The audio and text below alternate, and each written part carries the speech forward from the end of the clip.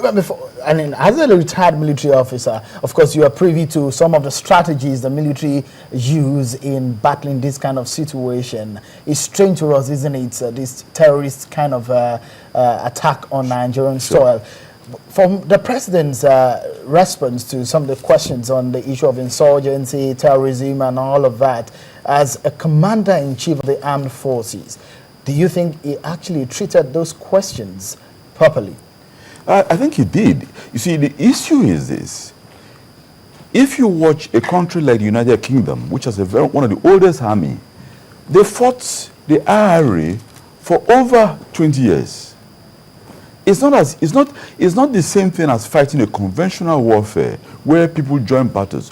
When you fight enemy from within, it's always a very difficult thing for any country to deal with. You had a case in Spain. It took years before even now, before the ETA were put in check. So it's not, I mean, if you look at in South America, some countries are still going through insurgency. Insurgency is so hard to deal with. Yesterday, we heard in China, even in China, insurgents attack a train. The issue here is all we need is for us to rally around the president. And I'm happy that the political elite of a region who before never talked or they in effect were by impression condoning what was happening are now seeing that the insurgency is now coming back to hit them more than anybody else. To the extent now that a governor who some months ago said a state of emergency should not be declared in his state. That's in Adamawa. He criticized the president for extending state of emergency in his state. But he was a few days ago almost attacked by insurgents.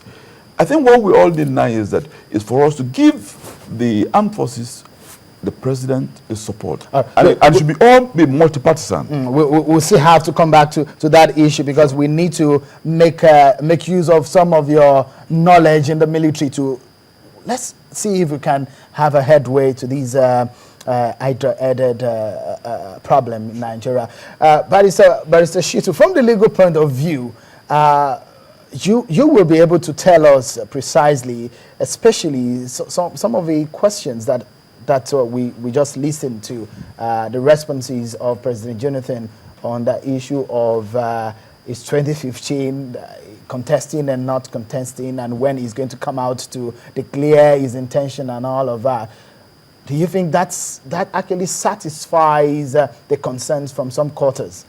Well, one thing we must appreciate is the fact that in this particular, media chart, and then in previous other encounters that the president has had with the Nigerian nation, he has tried to be very courteous.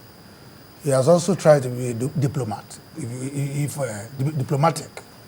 in the way he responds to the questions.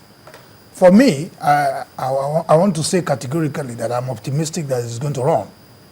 Anybody who feels the president will not run is probably living in the fool's paradise. Why would you think he's Yes, because the body language, the signs on the ground, everything. But that, for me, is not what matters. I think Nigerians should not be bothered about whether the president runs or not. Because in actual fact, if you are talking of the fundamentals of the democratic tradition, then you should not be concerned whether somebody is eligible to run or not. Because indeed, everybody who feels qualified should throw his hat into the ring. Ultimately, what should matter to us is the decision of the electorate. If the president wants to run in 2015, and I want to believe, I'm convinced that he's going to run, I want to see him unfold his agenda for Nigerians. Well, he has one 7-point transformation agenda. I'm saying that I want Nigerians to be able to assess the president on the basis of what he has done. And whether, on the strength of what he has done or what he has failed to do, is eligible to be re-elected. I will be very surprised, and I don't see that happening. I don't see the president not running. And I think that is not the issue. What is critical, for me, is good governance. Whether the emergence, the attempt of the president to run will benefit Nigerians in the long run.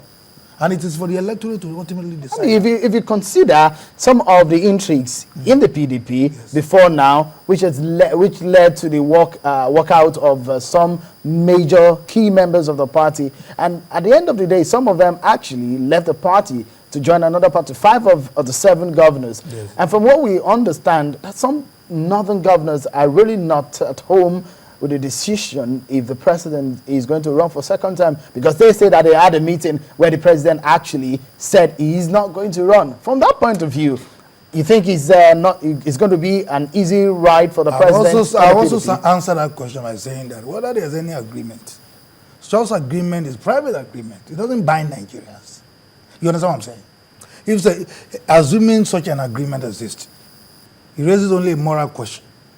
You understand? And Nigerians are entitled to decide who they want to vote for. Well, of course, the party will first decide. The party will first decide. But what is critical, and what Nigerians should insist upon, is that the emergence of the president to run for a second time must be a product of respect for internal democracy. So, just hold the thought for a moment. Yes. We've seen he said that, look, when the time comes for me to declare, I'm going to declare. He says that if he doesn't declare, if he doesn't say anything, it will cause concern. If he says something, it causes concern. So a lot of Nigerians are really expectant to see what the reaction or what the president will say about him contesting or not. But the fact remains that from what is on ground now, do you see what's the chances of President Jonathan in the PDP? If he decides to come, of him emerging as a candidate of the PDP? Well, I don't see the difficulty really in the president emerging within the PDP, given the force of incumbency. You understand me? But what I cannot predict as I sit here is what will be the final outcome of the contest if he decides to throw his hat into the ring. It's for the electorate to then decide. For me here, I think what is important is for us that if he wants to run, and I think he's likely to run, then he should be assessed on the basis of his performance and what he has in store for Nigerians. I will not sit here and pronounce that he doesn't have chances or he has chances. Ultimately, when the time comes, we ask the right questions. And I want to implore Nigerians to allow the forthcoming elections to be dictated largely by issues. Interesting. Because issues are solid manifestos. We've lacked that, in the past years. I don't believe that somebody should be prevented from running on account of one private agreement. I don't believe that. Because I believe somebody should be, allow everybody who wants to run should be given a free right to run, and the electorate should decide who they want to vote for ultimately. Interesting, because I always have this opinion that it's actually very difficult, isn't it, to draw the line between the parties in Nigeria, the political parties. They seem to just look alike. Like someone would say that there seems to be the difference between 12, 6 and a half a dozen. It's almost the same of the same. And from that point of view, let me ask you, Colonel Inyam, from your observation of what has been happening in the political atmosphere, the emergence of Mr. Muazu, the former governor of Bauchi, as the PDP chairman, what chance do you think the president has? And if it does emerge, what do you think can play out? I think 2 things. One, I think this gang up against the president in the name of opposition is being seen by people for what it is. Secondly, it also must be realized that even if you go within the PDP in terms of this so-called, what they call in the UK, grey men agreement as to what turn by turn, when it was the case of the Southwest was given its 2 turns. I do not see why the South should not be given its own 2 turns. So in effect, I'm saying that even if the president doesn't want to run, we the South people demand of him to run, because it's our right, it's our turn to have a second time in office.